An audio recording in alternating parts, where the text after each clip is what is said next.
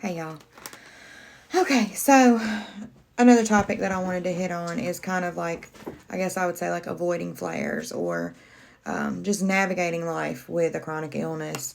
I've seen so many people talk about like the spoon theory, where you wake up in the morning and you got 10 spoons, and each activity that you do costs some spoons, and you kind of, that is your energy for the day. And so you try not to over extend yourself. Well, that's hard. I mean, especially given that we all have lives that we don't know. We can't, you know, navigate every aspect of everything. Like, we don't know how to plan for everything that is going to happen. That being said, over the past, I guess, almost 5 years since I got my diagnosis, I have started really trying to learn different ways to manage my lupus and to, you have to relearn your whole life. You have to learn how to live despite being chronically ill, because the world don't stop and there's too much good in life to just lay down and let your chronic illness win. We ain't about to do that. So, that being said, I know I did a video on the sun and how you navigate with it, because the sun and lupus don't like each other. And I know I've talked about stress, but some of the things that I have found that really do help. The biggest thing is vitamins. That helps a lot. I'm sure every chronic illness probably needs different vitamins. I know for people with lupus, vitamin D is a big one that I've seen that seems to help. I like anti-inflammatory teas. They really seem to be something that it helps with my hand pain and my hand stiffness. Anti-inflammatory diet is a good one.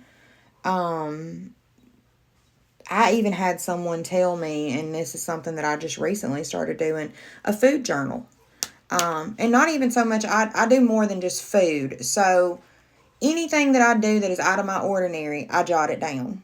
If I eat something that's different, anything, I jot it down. And then if I wake up tomorrow and I'm feeling a little worse than normal, then that tells me, okay, so something that I did yesterday, my lupus doesn't like.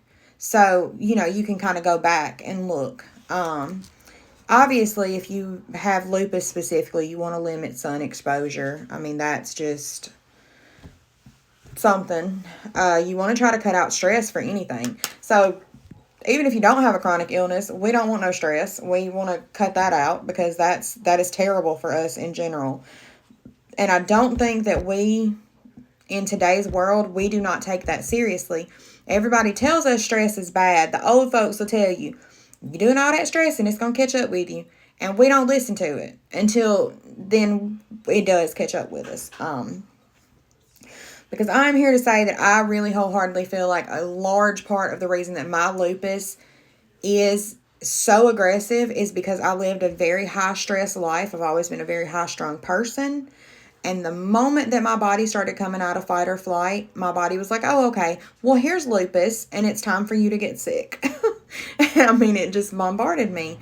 I did not know that could happen. I did not understand the severity of stress and the high inflammation that we have. I mean, because like all of our foods cause inflammation.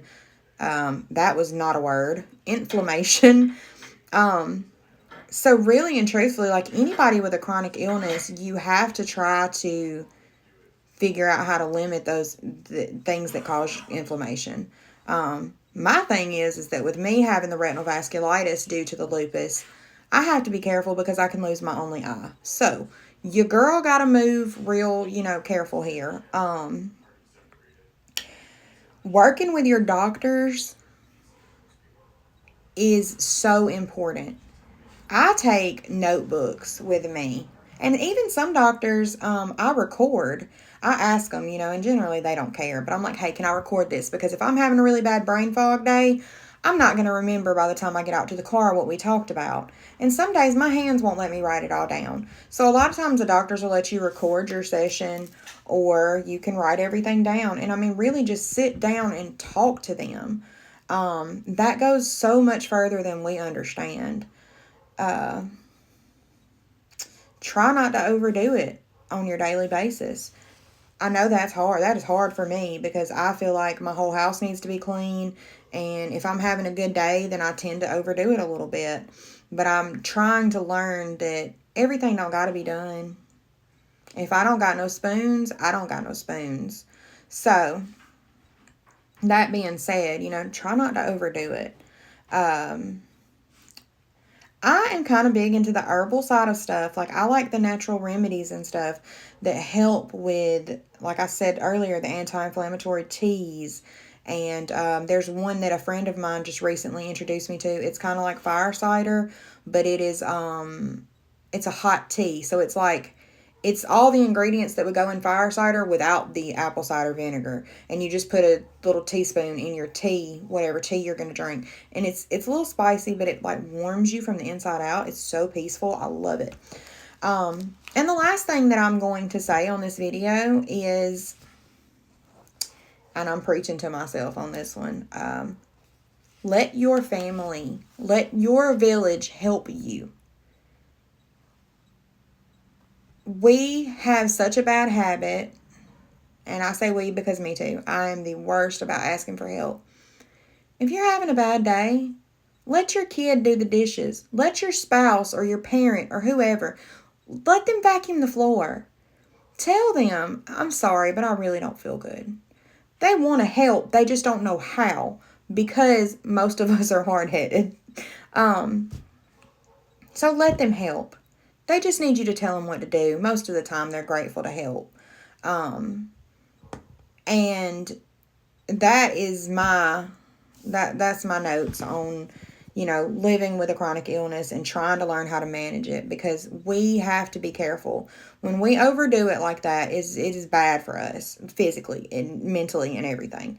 So just be careful. And if anybody wants to add any tips and tricks, what you do, comment, like, subscribe, all the content creator stuff that I'm supposed to say. But let's all start figuring out how we can help each other and make this community a better place for all of us, and also for our loved ones, because they do want to help. They just don't understand that we are angry and frustrated and everything else. So, anyways, that's that. So, y'all just, God bless. Thanks for watching if you stuck around this long. I know I'm a talker, but I appreciate it. I love you all, and have a great day.